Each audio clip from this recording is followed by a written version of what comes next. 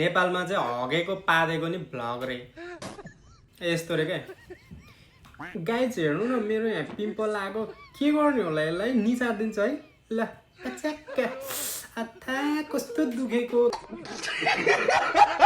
मैले आज घरमै कफी बनाएर खाएको कस्तो मिठो हुँदो रहेछ भने तपाईँहरू नि एकचोटि ट्राई गर्नु है हेर्नु त कस्तो राम्रो कस्तो मिठो छ भने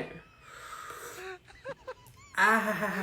हेर्नु न गाइज मलाई यहाँ आज भाँडा माझ्नु छोडिदिएका छन् आफूले अहिलेसम्म भाँडै माझेको छैन अब अहिले नमाजौँ भने बेलुका खानै पाउँदैन अर्का थरी गाइज हेर्नु न मलाई यहाँ आज खाना पकाउनु भनेर छोडिदिएको कति गिलास चामल हाल्ने होला म